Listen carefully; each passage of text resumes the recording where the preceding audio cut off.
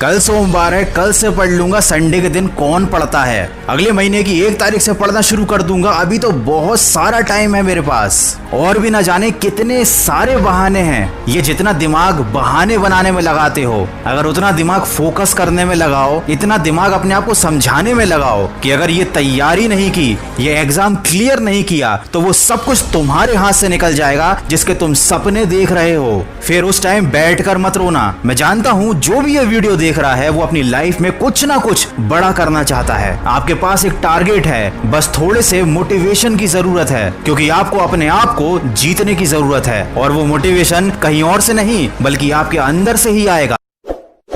इस वीडियो को लाइक करें, हमारे चैनल को सब्सक्राइब कर बेल आइकन जरूर प्रेस करें हमारी न्यू वीडियो। स्टूडेंट्स देखो, मेरे पिछले वीडियो में हमने ये देखा था कि प्रेजेंट सिंपल या सिंपल प्रेजेंट या प्रेजेंट इंडेफिनिट 2 प्रकार का होता है, फंक्शनल और नॉन फंक्शनल। हम उससे आगे बढ़ते हैं और मैं मेरी उस बात को वापस रिपीट करता हूँ। आप मेरे साथ नोटबुक में नोट कर सकते हो। देखिए, प्रेजेंट इंडेफिनिट, प्रेजेंट इंडेफिनिट या डेफिनेट टेंस 2 प्रकार का होता है। यानी इसको हम 2 टाइप में डिवाइड कर सकते हैं, नॉन फंक्शनल और फंक्शनल। अब यहाँ ये चीज़ हमने देख ली थी। इसमें हमने एक बात समझी थी कि नॉन फंक्शनल जहाँ होगा उसमें कोई भी काम नहीं होगा, यानी कोई भी कार्य नहीं होगा। और यहाँ पर जो वर्ब होगी वह बी होगी, वर्ब बी होगी। और फंक्शनल में क्या होगा, कोई ना कोई कार्य, यानी कोई ना कोई कार्य या क्रिया समझ लीजिए, क्रिया होगी। यानी तभी तो फंक्शनल का अर्थ समझो आप। फंक्शनल में क्या होता है, फंक्शनल में कोई ना कोई काम होता है। तो इस प्रकार से हम इसको 2 पार्ट्स में डिवाइड कर सकते हैं। अब आगे देखते हैं, यह आपके समझ में आएगी बात? ठीक है साहब, इसको आप नोट कर सकते हो और हम इसी सिलसिले को आगे बढ़ाते हैं।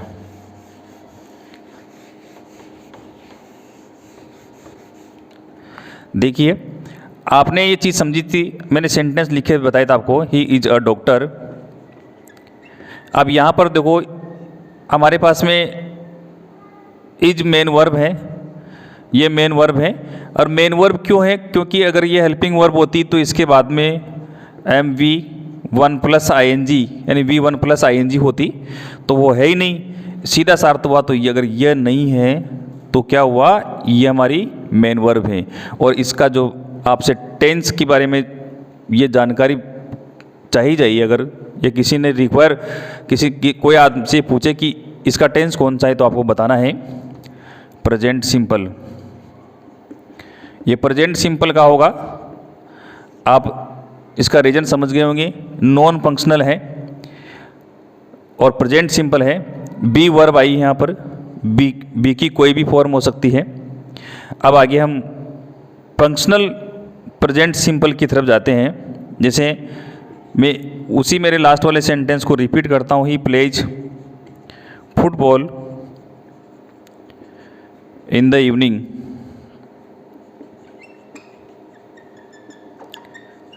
वो शाम को फुटबॉल खेलता है।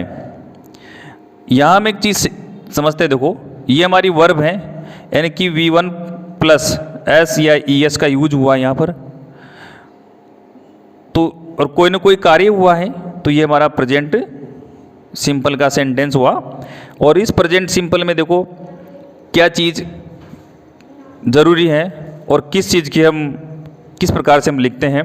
देखो, कोई भी सब्जेक्ट यदि सिंगुलर है तो हमें S या ES का यूज करना है V1 में, और यदि प्लूरल है तो प्लूरल ही लिखनी है। इस बात को समझाने के लिए मैं आपको एक नई चीज़ बताता हूँ, एक फॉर्मूला बताता हूँ किस तरह से हमें याद रखनी है बात। आप इसे लिख लीजिए।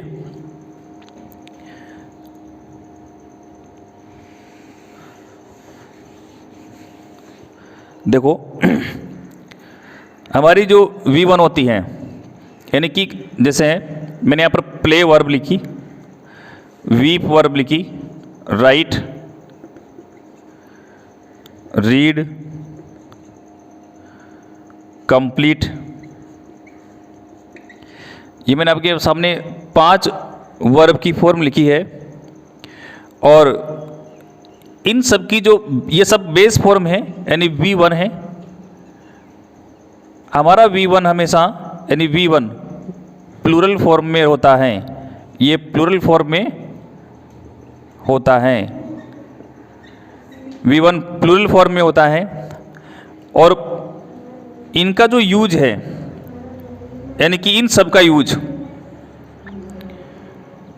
यूज प्लूरल सब्जेक्ट के साथ होता है। हमारा प्रेजेंट सिंपल में क्या बताता है, प्लूरल सब्जेक्ट के साथ प्लूरल वर्ब का यूज होगा। अब इस चीज़ को समझ गए होंगे। अब देखो हम यहाँ एक चीज़ समझते हैं, जैसे मैंने लिखा वी, अब वी के साथ में क्या चीज़ आएगी, पहले हम देखो वी हमारा सब्जेक्ट है। अब वी के साथ में वी का नंबर कौन सा है, वी का नंबर प्लूरल है, ये बहुवचन है, तो वर्ब इसके साथ में देखिए प्ले जो होगा या प्ले होगा, इस चीज़ को हम समझते हैं। V1 प्लूरल फॉर्म में होती है, वी प्लूरल है और प्ले सिंगुलर है, प्लेज सिंगुलर है और ये प्ले प्लूरल है। अब इस चीज़ को समझने के लिए देखो सुनो, यहाँ तो हमने समझ लिया कि ये है। मैं इस चीज़ को आपको ऐसे समझाऊँ, ये सारी की सारी वर्ब हैं। वर्ब की जो बेस फॉर्म होती है V1 वो प्लूरल होती है। अगर इसमें आपने एस या ES प्लस कर दिया तो ये सिंगुलर बन जाएगी, ये सिंगुलर बन जाती हैं। कब बन जाती हैं, जब आप इसमें एस या ES प्लस करते हैं। तो सीधी सी बात है, अगर मैं यहाँ पर ही लिखूँ और हमें इनमें से कोई भी एक लिखना हो, प्लेज और प्ले में से, तो यहाँ तो देखिए प्ले राइट था क्योंकि ये प्लूरल था और यहाँ पर ये सिंगुलर है इसलिए ये राइट है। इस चीज़ को आप समझ गए होंगे। अब देखो यह आपने समझ लिया अच्छी तरह से। मेरी बात को फिर से रिपीट करता हूँ, play, weep, right, read, complete, ये सभी वर्ब हैं और उनकी V1 है, यानी कि वर्ब की फर्स्ट फॉर्म है। वर्ब की फर्स्ट फॉर्म हमेशा के लिए प्लूरल होती हैं और इसका यूज प्लूरल सब्जेक्ट के साथ ही होता है। ये V1, इसका यूज इसके साथ में V1 का प्लूरल बेस में प्लूरल फॉर्म का होगा। और ही सिंगुलर सब्जेक्ट है तो ही के साथ में एस या ES प्लस करना होगा। तो ये आप इसको समझ गए होंगे, आप इसे नोट कर ले। हम अगली स्टेप पर बढ़ते हैं। यहाँ इसको समझाने को, इस चीज़ को समझने के लिए हमें नाउन और वर्ब को थोड़ा सा देखते हैं। देखो मैंने यहाँ पर एक वर्ड लिखी, नाउन है, ये लिखा मैंने पेन, ये भी नाउन है। स्कूल लिखा मैंने, ये भी नाउन है। क्लास लिखा, ये भी नाउन है। और इधर मैं वर्ब लिखता हूँ, जैसा कि मैंने राइट लिखा, वीप लिखा, प्ले लिखा, रीड लिखा। तो हम इन दोनों को समझते हैं पहले। अब देखो ये सारी की सारी नाउन है और ये नाउन है, ये कौन से नंबर में है, ये सिंगुलर नंबर में है, यानी कि एक वचन है। ये बात आप समझ गए। और ये सारे देखिए, अब ये क्या है, ये वर्ब है और ये सारी की सारी कौन से नंबर में है, प्लूरल नंबर में। जब भी मैं नंबर बोलूँ इसका मीनिंग आपको लगाना है कि वचन। अब देखो पहले मैं आपको ये चीज़ समझाता हूँ कि बहुत सारे स्टूडेंट इस बात को नहीं समझ पाते कि हम वर्ब को और नाउन को कैसे अलग अलग करेंगे जब सेंटेंस में लिखते हैं या उनको जज करते हैं। देखिए साहब, यहाँ का क्या होगा, इसका हम हिंदी में अर्थ लगाते हैं तो इसको बेंच बोल सकते हैं। मेरी हिंदी कमज़ोरी कृपया समझिए आप। ये टेबल को टेबल ही लिख देता हूँ मैं, क्योंकि सब इसको हम इस नाम से जानते हैं। पेन कलम होता है शायद, स्कूल विद्यालय होता है, और क्लास कक्षा होती है। अब इन सब के लास्ट में देखो आपको एक चीज़ लगेगी। अब यहाँ लिखता हूँ मैं, लिखना, रोना, खेलना, पढ़ना, ये सारी वर्ब है। अब हमने एक चीज़ यहाँ पर सीखी है, हमारे सामने क्लियर हो गई कि जब भी हम इंग्लिश में जो वर्ब होगी उसका हिंदी में मीनिंग करेंगे तो हिंदी बोलते या पढ़ते समय उन सब के लास्ट में ना आएगा, तो वो क्या होगी, वर्ब होगी। और इधर ऐसा कोई ज़रूरी नहीं है। अब आप शायद समझ गए होंगे, थोड़ा सा मैंने आइडिया बताया आपको इनको डिफाइन करने का, अलग अलग इनके क्लासिफिकेशन करने का कि नाउन क्या होती हैं और वर्ब क्या होती हैं। इधर मेरी बात को फिर से रिपीट करता हूँ, नाउन की जो बेस फॉर्म होती है हमेशा सिंगुलर में होती है, वर्ब की बेस फॉर्म होती है वह हमेशा प्लूरल में होती है। अगर हम इनमें एस या ई एस प्लस करते हैं, अगर हम यहाँ इनको एस या ई एस प्लस करते हैं, अगर किसमें, नाउन में अगर ये चीज़ प्लस करते हैं तो इससे जो रिजल्ट निकलता है क्या बनता है, इनकी प्लूरल फॉर्म बन जाती हैं। ये चीज़ समझ गए आप? यानी कि सीधा सा अर्थ है, अगर इसमें आप एस जोड़ोगे तो ये प्लूरल बना, लेकिन पहले कौन सा था, सिंगुलर था। इधर देखो आप, राइट, वीप, प्ले, रीड, ये सब पहले प्लूरल था। अगर आप इन सब में एस या ई एस प्लस करते हो तो इसका रिजल्ट जो निकलेगा इन क्या बनेगी, ये सिंगुलर बन जाएगी, यानी सिंगुलर फॉर्म बन जाएगी। यानी कि ये एस या ई एस प्लस करने से वर्ब सिंगुलर फॉर्म बनती हैं और उसका यूज थर्ड पर्सन के सिंगुलर के साथ किया जाता है। उसका यूज, मेरी बात को रिपीट करता हूँ, इस वर्ब का यूज प्लूरल फॉर्म में है, सभी प्लूरल सब्जेक्ट के साथ होगा, और यदि सब्जेक्ट थर्ड पर्सन का सिंगुलर है तो उसके साथ में एस या ई एस का यूज करेंगे। आगे अब इनको नोट कीजिए, हम अगली स्टेप पर बढ़ते हैं।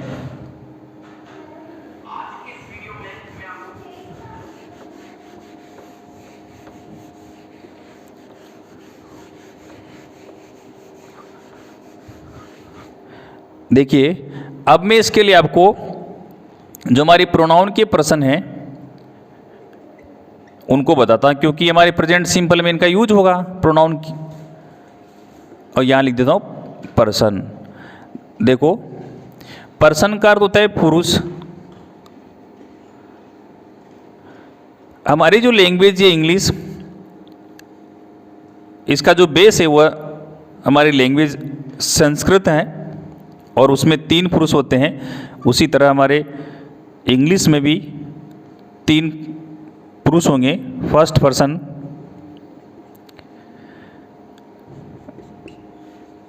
सेकंड पर्सन,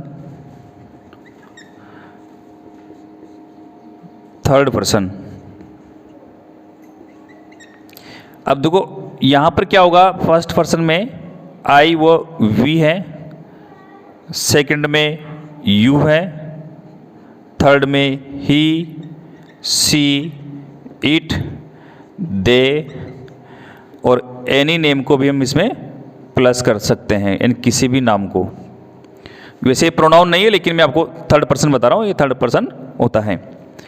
अब देखो, ये सारे के सारे ये सिंगुलर हैं। अब आप समझ गए होंगे इस बात को कि सिंगुलर के साथ में सिंगुलर वर्ब, अब ये ऐसा लिखा जाए कि वह स्कूल जाता है तो ही गोज होगा, गोज टू स्कूल बाई बस,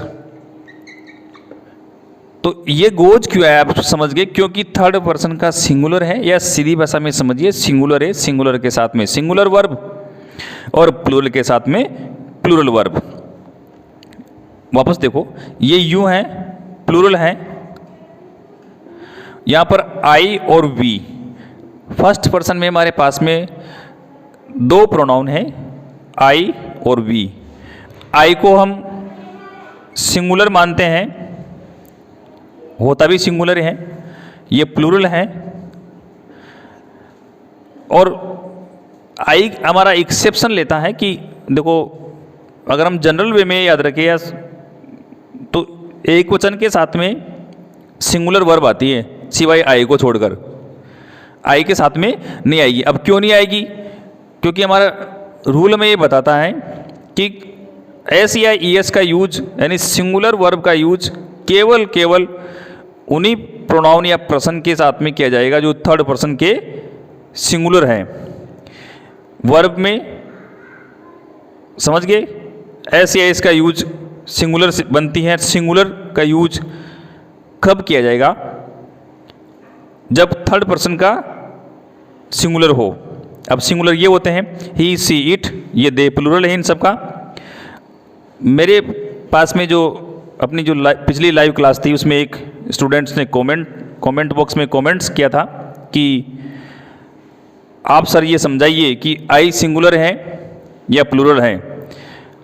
डियर, आई सिंगुलर होता है।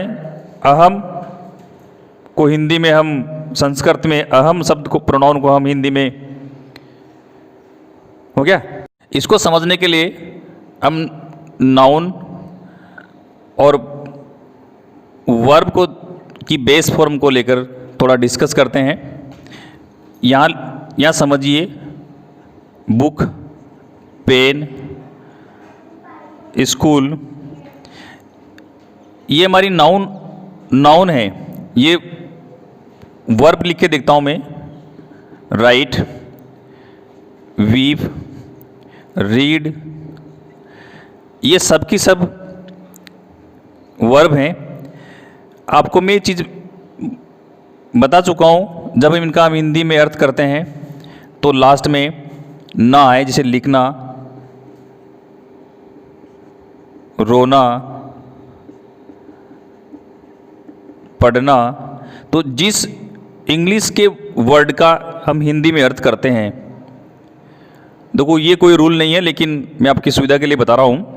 जिस इंग्लिश के वर्ड का हम हिंदी में मीनिंग निकालते हैं, अर्थ करते हैं, और लास्ट में ना आ जाए, वो वर्ब होती है। कंप्लीट, पूरा करना, पनिश, सजा देना। अब इन सबके अर्थ मैक्सिमम वर्ब ऐसी होती हैं जिनका हम हिंदी में अर्थ करते हैं तो उनके लास्ट में हिंदी का ना अक्षर आता है, तो वो वर्ब होती है। और ऐसा नाउन में नहीं है।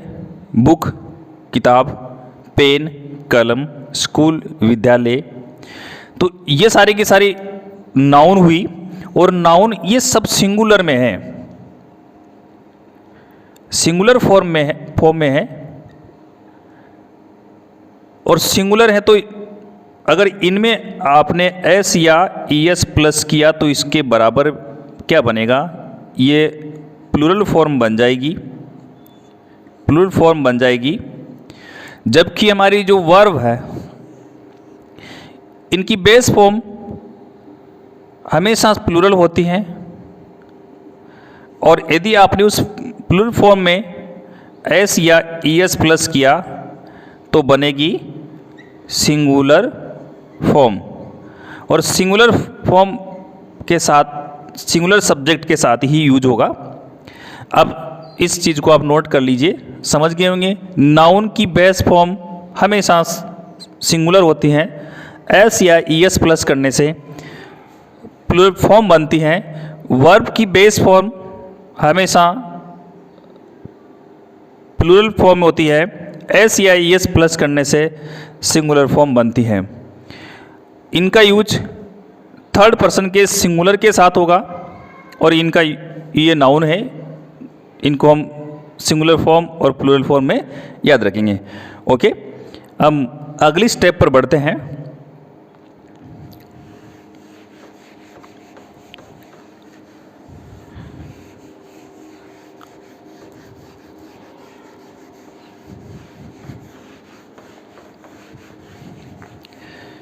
देखो हम प्रेजेंट सिंपल की बात कर रहे थे और इसमें क्या होता है V1 या V1 प्लस S या ES का यूज होता है। ये आप याद रखिए, मैं इसको इस तरह से हाईलाइट कर देता हूँ।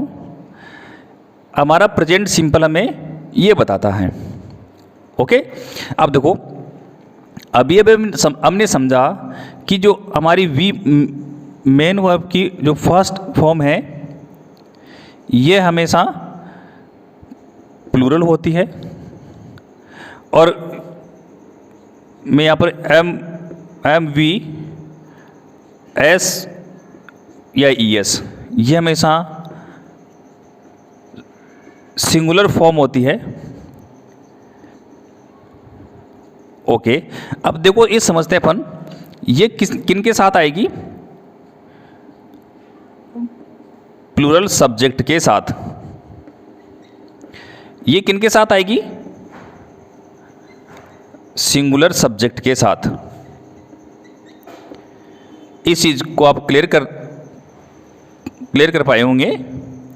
अब देखो हमें यहां पर एक चीज समझनी है, आप कौन कौन से प्रोनाउन, कोई सा भी सब्जेक्ट कोई नाउन है, सिंगुलर है या प्लूरल है, हम उसको पहचान लेते हैं। कैसे, अगर वर्ब प्लूरल होती है वो तो अलग चीज़ हुई, लेकिन अगर हमें नाउन पहचाननी है, नाउन हमारा सब्जेक्ट बनेगा और सब्जेक्ट के अकॉर्डिंग हमारी वर्ब आएगी। बुक कहा मैंने, दिस बुक, तो दिस बुक सिंगुलर है तो वर्ब भी सिंगुलर आएगी।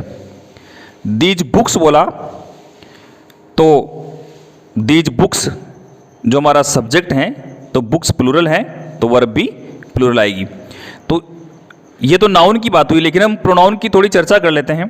सुनो देखो, मैं सभी को लिख के बताता हूँ आपको। I, we, you, he, she, it, they, any name. हमारे प्रोनाउन बहुत सारे होते हैं लेकिन हम उनको बाद में देखेंगे। हम पर्सनल प्रोनाउन की बात करते हैं जिनके साथ हम वर्ब का यूज करते हैं, सभी के साथ करते हैं लेकिन इनके साथ हम ज़्यादा करनी पड़ती है हमें। ये हमारा देखो मैं अंडरलाइन कर देता हूँ, ये हमारा फर्स्ट पर्सन है, ये फर्स्ट पर्सन है हमारा, ये सेकंड है और ये पूरे थर्ड पर्सन है। तो लेकिन ये जो मैं जिनको सर्किल में बंद कर देता हूँ ये सारे के सारे सिंगुलर हैं। ये सिंगुलर है, ये प्लूरल है, ये सिंगुलर है और ये प्लूरल है।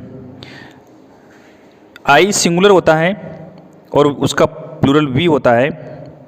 तो यहाँ तो देखो यहाँ हमें आई के साथ हमारा रूल हमें ये बताता है प्रेजेंट सिंपल के अंदर, यानी इस वाली जो फॉर्म है इसका यूज हमें कब करना है, V1 प्लस ऐसे इसका यूज ही, सी, इट, दे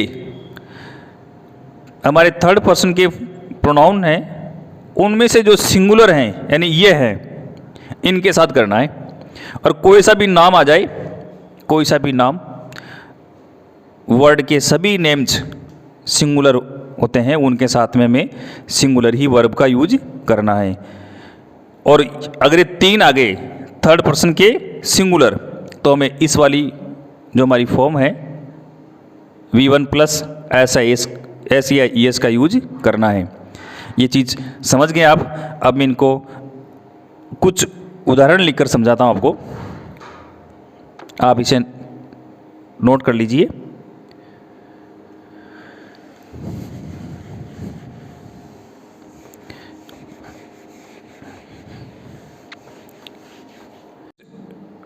उदाहरण लिखकर बता रहा हूँ आपको, जैसे I, we, you, he, she, it, they, इनके साथ में हम एक वर्ब को लिखकर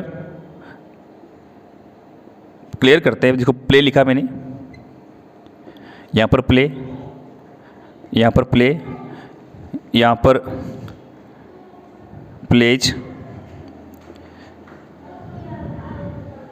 देखो इट के साथ भी मैं अगर प्ले लिखता हूँ तो इसका मीनिंग चेंज हो जाएगा, प्लेज।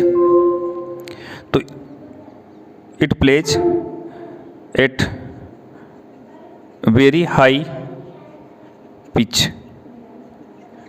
इसका अर्थ ये बहुत तेज आवाज़ में चलता है या बजता है। प्ले का अर्थ बजना भी होता है।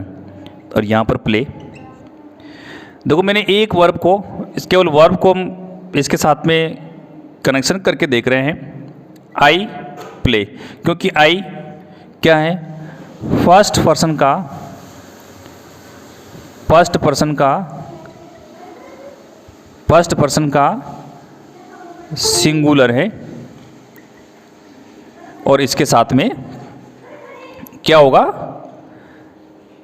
मैंने कहा था फर्स्ट पर्सन से तो हमें कोई मतलब नहीं है, केवल हमें थर्ड पर्सन से है।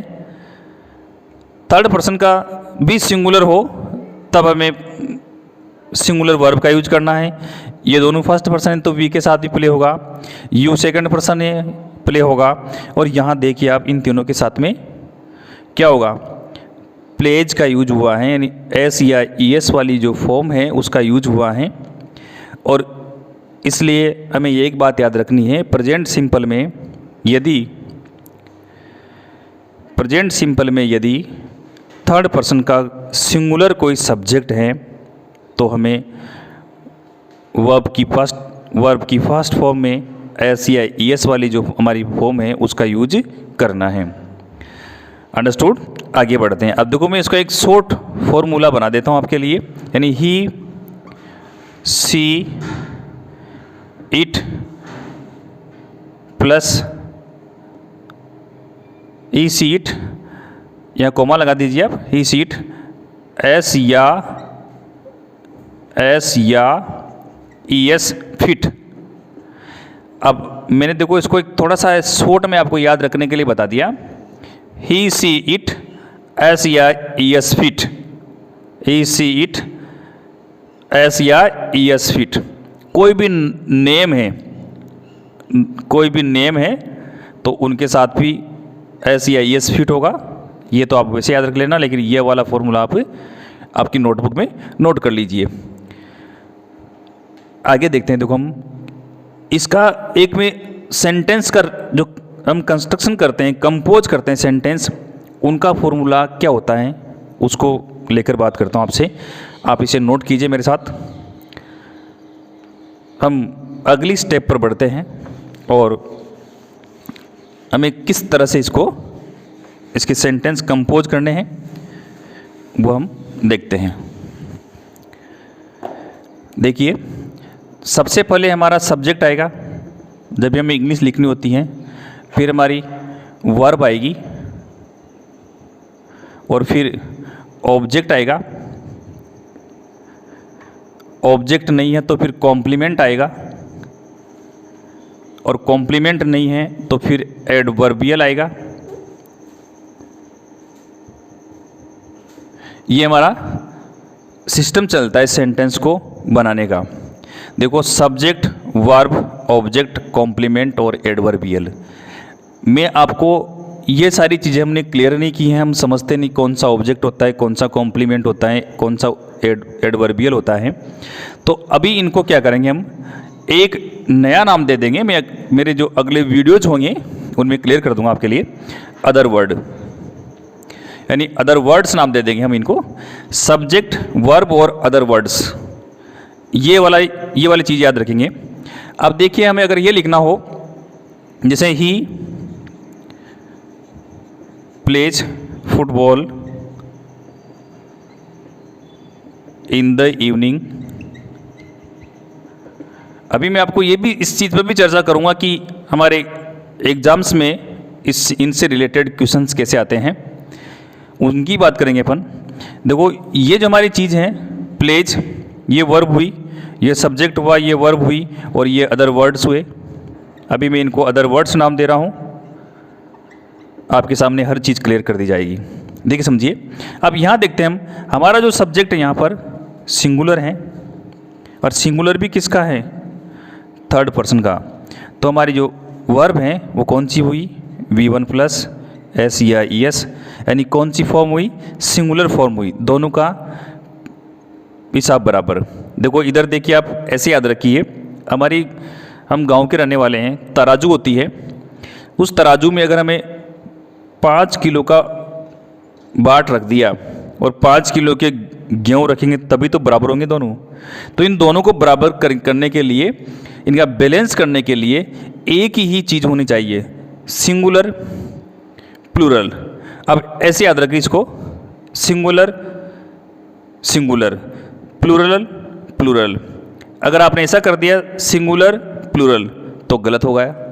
यानी एक और आप शॉर्ट फॉर्मूला याद रखिए, जैसा राजा वैसी प्रजा, जैसा राजा वैसी प्रजा।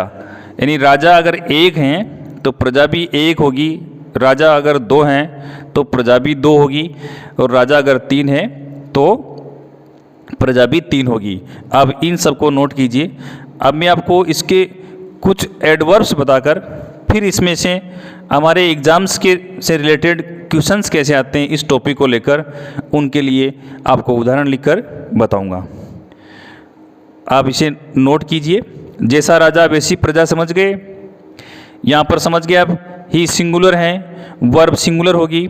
हमारा सेंटेंस पैटर्न होता है, सेंटेंस के एलिमेंट्स होते हैं, 5 एलिमेंट्स होते हैं, उनमें से केवल हम 2 की बात कर रहे हैं, और जो 3 एलिमेंट्स हैं उनको अदर वर्ड्स नाम दे रहे हैं। ये आगे अब बात कीजिए। देखो आगे हम बात करते हैं। ओके, अगले स्टेप पे बढ़ते हैं, कुछ एग्जाम्पल्स बताते हैं आपको, और फिर अब हम इसके एडवर्ब से जो टाइम बताते हैं, यानी एडवर्ब ऑफ टाइम इस टेंस में जो यूज होते हैं उनको लेकर हम बात करते हैं। देखिए इसके कुछ ऐसे, आप अपनी भाषा में समझिए, ऐसे कुछ शब्द होते हैं जो हमें ये बताते हैं कि ये सेंटेंस प्रेजेंट सिंपल का है, और उनको हम हमारी इंग्लिश की जो लैंग्वेज होती है ग्रामर की, उसमें एडवर्ब ऑफ टाइम बोलते हैं। वो कौन कौन से, हर टेंस के अलग अलग होंगे, हम उनको याद रखेंगे और अच्छी पकड़ बना लेंगे। देखो सुनो, एक तो डेली है, एक मैं आपको ऐसा लिख देता हूँ क्योंकि इससे आपको लिखने में सुविधा रहेगी। एवरीडे, थर्ड है ऑलवेज, फोर्थ है ऑफन,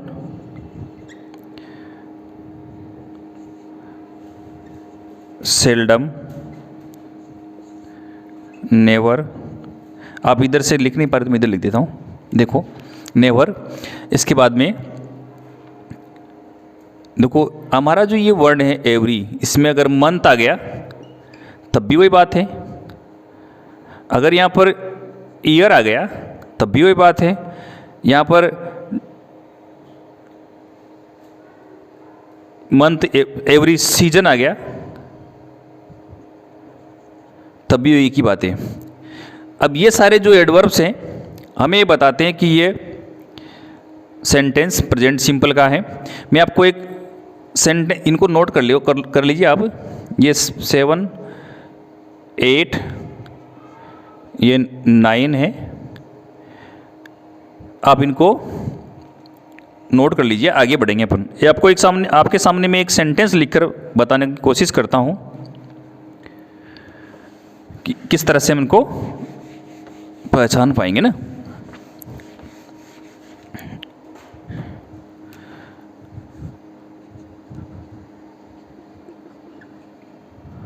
देखो हमें यहाँ पर इस प्रकार से लिखने को अगर मिले,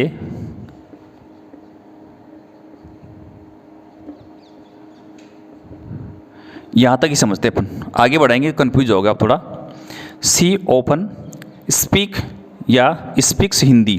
देखो इन दोनों में से पहली बात तो सुनो, ये जो हमारा जो एडवर्ब था इसने हमें बताया कि प्रेजेंट सिंपल की बात कर रहे हैं अपन, और सब्जेक्ट हमारा सिंगुलर है, तो इन दोनों में से हमारी वर्ब कौन सी होगी, ये वाली, ये हमारी प्लूरल है। ये इस तरह से हमारे इनका यूज करेंगे, यानी हमें सभी जो एडवर्ब्स होंगे वो बताएंगे कि आप किस तरह से प्रेजेंट सिंपल का यूज कर सकते हैं। दूसरा सेंटेंस में लिखता हूँ आपके सामने, माय अंकल ऑलवेज यहाँ डॉट डॉट लगा देता हूँ, in the T in the morning. अब हमें यहाँ पर टेक या टेक्स में से एक वर्ब को लिखकर इनको सेंटेंस को कंप्लीट करना है। My uncle always. अब ऑलवेज हमारा जो वर्ड है हमें ये बता रहा है कि ये जो सेंटेंस है प्रेजेंट सिंपल में लिखा जाना चाहिए। तो ये प्रेजेंट सिंपल में लिखेंगे, दोनों प्रेजेंट सिंपल की वर्ब हैं, टेक भी है और टेक्स भी है। लेकिन ये इस चीज़ पर डिपेंड करेगा कि हमारा सब्जेक्ट का नंबर कौन सा है। थर्ड पर्सन है और इसका नंबर है वह सिंगुलर है, इसलिए वर्ब भी सिंगुलर यानी टेक से आएगा। अब देखो सुनो, ये इतनी सारी बातें हमने देखी। अब हम ये देखेंगे कि प्रेजेंट सिंपल का यूज कब होता है, कंटिन्यूस में से इसमें क्या डिफरेंस है, पास्ट इंडेफिनिट में और इसमें क्या अंतर है, हम उसकी बात करेंगे। देखो आपने सबने बहुत अच्छे बुक्स या अच्छे टीचर्स से पढ़े होंगे ये, लेकिन जो चीज़ अब आपको मैं क्लियर करने जा रहा हूँ उस पर थोड़ा ध्यान दीजिए, कभी नहीं भूलोगे आप और हमेशा इस चीज़ को सही कर पाओगे।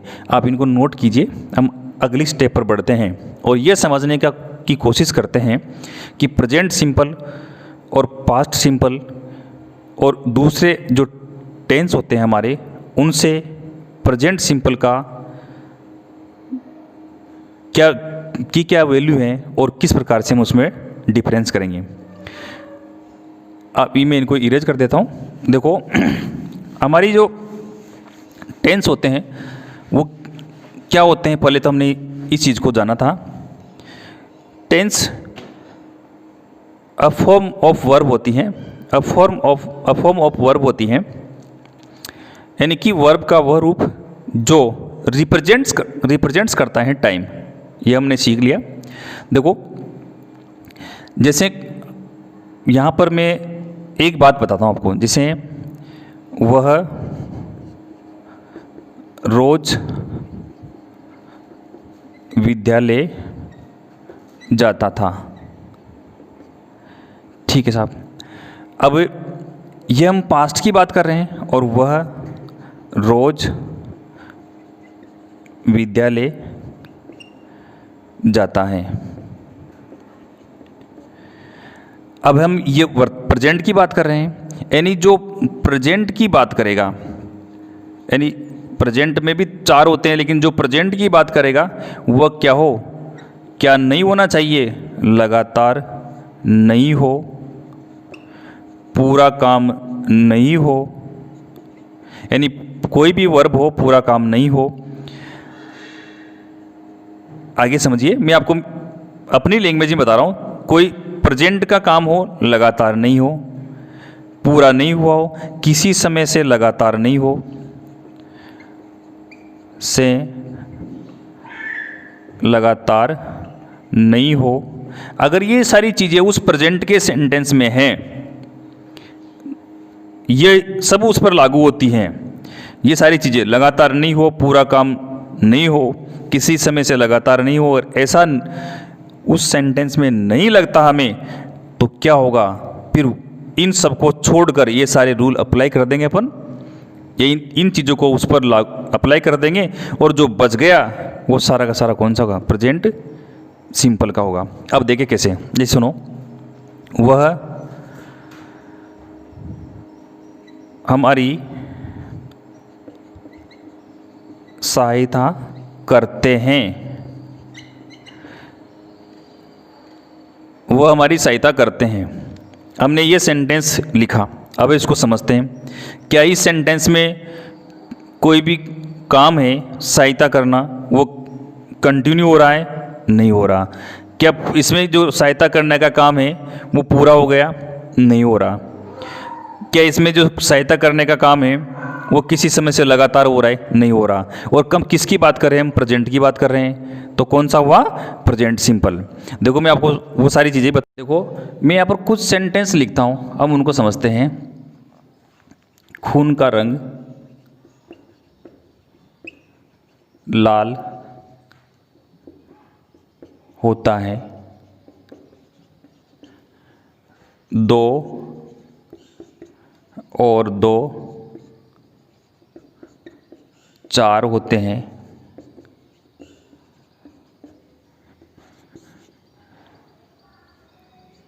वह एक पत्र लिख रहा है। हमने मैच जीत लिया है।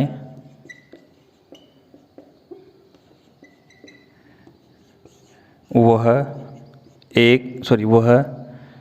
अध्यापक हैं। हम 10 वर्षों से नैनवा में रह रहे हैं। देखो ये सभी सेंटेंस प्रेजेंट के हैं। यहाँ पर देखो हम प्रेजेंट की बात करें, इससे तो हम पहचान जाएंगे कि प्रेजेंट है। अगर था अक्सर या था आएगा तो पास्ट चला जाएगा, और ग आएगा तो फ्यूचर चला जाएगा। देखो अब खून का रंग लाल होता है। हम पहले ये चीज़ समझ रहे हैं कि अगर कोई काम लगातार होगा तो प्रेजेंट सिंपल का नहीं होगा। कोई काम पूरा हो गया तो प्रेजेंट सिंपल का नहीं होगा। कोई काम किसी समय से लगातार हो रहा है तो प्रेजेंट सिंपल का नहीं होगा। और बाकी सब जो इतने बचे वो सब इसके होंगे। अब हम यहाँ समझते हैं। देखो खून का रंग लाल होता है। देखो हम समझते हैं। अब बताओ यहाँ कोई काम लगातार हो रहा है क्या? नहीं, लगातार काम नहीं हो रहा। लाल होना लगातार होता है तो कंटिन्यूस में चला जाएगा, लेकिन हो ही नहीं रहा तो पूरा भी नहीं हुआ, किसी समय से पूरा नहीं हो रहा, लगातार नहीं हो रहा, तो ये किसका गया? ये को क्या हुआ? प्रेजेंट सिंपल का। और प्रेजेंट सिंपल का जहाँ पर भी आपसे बात की जाए वहाँ V1 प्लस V1 S या ES, ये समझना होगा आपको। 2 और 2 4 होते हैं, न तो लगातार हैं न पूरा हुआ, नहीं किसी समय से हो रहा है, तो ये भी क्या होगा? ये प्रेजेंट सिंपल में लिखा जाएगा।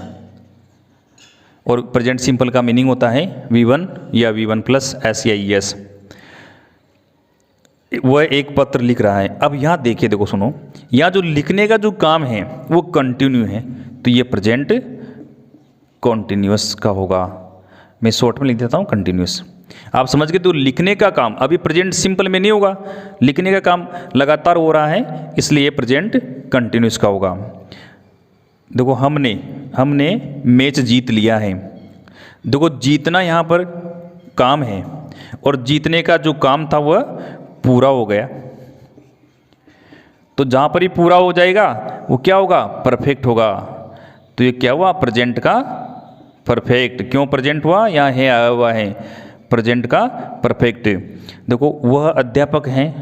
कोई काम लगातार हो रहा है क्या? नहीं। कोई काम पूरा हो गया? नहीं। तो ये क्या होगा? प्रेजेंट का सिंपल। प्रेजेंट का सिंपल मैंने आपको बता चुका हूँ, नॉन फंक्शनल होगा। हम 10 वर्षों से नैनवा में रह रहे हैं, तो 10 वर्षों से लगातार हम क्या कर रहे हैं? नैनवा में रह रहे हैं, तो किसी समय से लगातार होना परफेक्ट कंटिन्यूस, तो प्रेजेंट का परफेक्ट कंटिन्यूस। ये इस तरह से हम इनको याद रखेंगे। अब देखो ये सारे कुछ सेंटेंस लिखकर मैंने आपको क्लियर करने की कोशिश की कि प्रेजेंट सिंपल को हम कैसे लर्न करेंगे, और उसके साथ में दूसरे जो टेंस थे प्रेजेंट के उनसे कंपैरिजन किया और ये जाना कि इन सब में क्या डिफरेंस होता है। इसका मैं एक टेबल बनाकर समझाता हूँ आपको।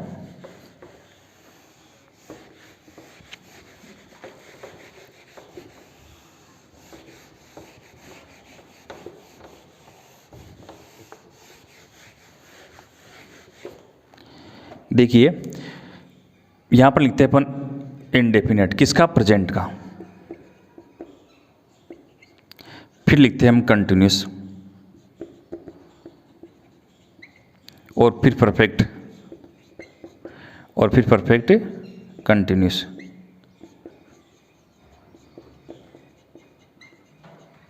हमने इसके 4 पार्ट थे, इनको साथ में लिखकर हम इनको लर्न करने की कोशिश करते हैं। लगातार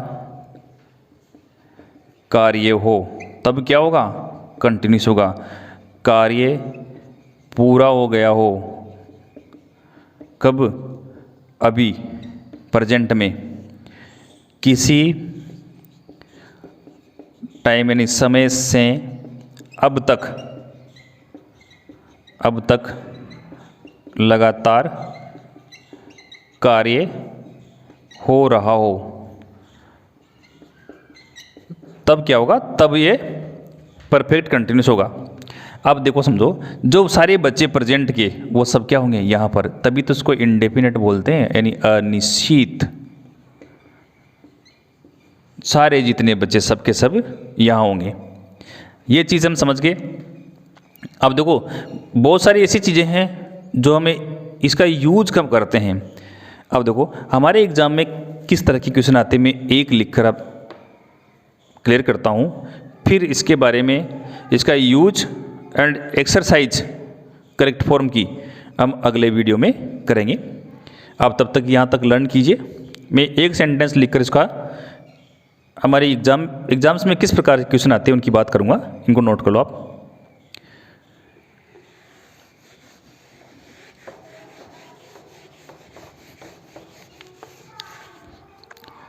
देखो यहाँ मैंने लिखा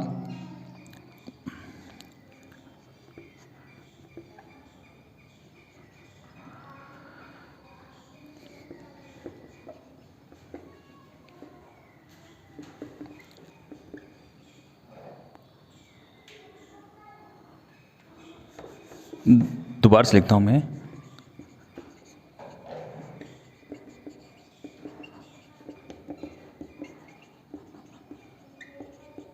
माई uncle always take tea in the evening. हमें इसमें एक तो एरर है हमारा, उसको फाइंड आउट करना है और फिर उसको करेक्ट करना है। एरर फाइंड आउट करना है और उसको करेक्ट करना है। ये इस प्रकार के क्वेश्चन, इस टाइप के क्वेश्चंस कहाँ आते हैं, CBSE जो हमारा केंद्रीय माध्यमिक शिक्षा बोर्ड है उसकी परीक्षाओं में आते हैं। और मैं अभी RBSC वाला भी लिख के बताऊँगा आपको। My uncle always take tea in the evening. देखो हमें क्या याद रखना है, ऑलवेज आया हमारा यहाँ पर, ऑलवेज किस टेंस को बताता है, प्रेजेंट सिंपल को। ओके, वर्ब V1 है, हमारी V1 है। अब हमें इस V1 को इस हमारे सब्जेक्ट से देखना है। अब देखो हमारा सब्जेक्ट सिंगुलर है तो ये V1 प्लूरल है तो एक गलत हो गया। सीधा सा अर्थ हुआ, हमारी आंसर शीट में हम ऐसा लिखेंगे टेक, इसकी जगह पर क्या होना चाहिए, टेक्स। तो ये हमारा इनकरेक्ट पार्ट है। इस प्रकार के क्वेश्चन से CBSE की परीक्षाओं में आते हैं और ये हमारा करेक्ट पार्ट है, वहाँ पर इस तरह से लिखा रहता है। मैं आपको क्वेश्चन सॉल्व करके अलग से बता दूंगा। हम RBSC वाले पैटर्न की बात करते हैं। My uncle dot dot, sorry यहाँ पर एडवर्ब है ऑलवेज, फिर dot dot dot tea in the morning, और यहाँ पर वर्ब लिखी होती हैं take. Correct form of the verb. इस तरह के क्वेश्चंस हमारी RBSE Rajasthan board of secondary education जो 10th क्लास की एग्ज़ाम होती हैं उसमें इस प्रकार के क्वेश्चंस आते हैं। देखो आप, माई uncle always T in the morning, हमें इस एडवर्ब को देखकर टेक वर्ब को की करेक्ट फॉर्म भरनी है। तो आप समझिए यह कौन सा टेंस बताया इसने, प्रेजेंट सिंपल, और माई अंकल का नंबर कौन सा है, सिंगुलर, और ये कौन से नंबर में है, प्लूरल। तो हमें क्या करना है, सिंगुलर भरनी है, तो टेक्स यहाँ पर करेक्ट आंसर होगा। इस तरह से देखो हमने प्रेजेंट सिंपल के बारे में जो कुछ बेसिक जानकारी थी उसकी बात की।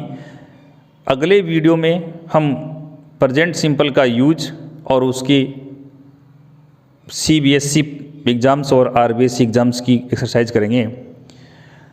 आपको मेरे वीडियोज़ कैसे लगे इसके बारे में मुझे लाइव क्लास में कमेंट्स करके बताएं, और मेरे चैनल को सब्सक्राइब करें और शेयर करें। थैंक्स।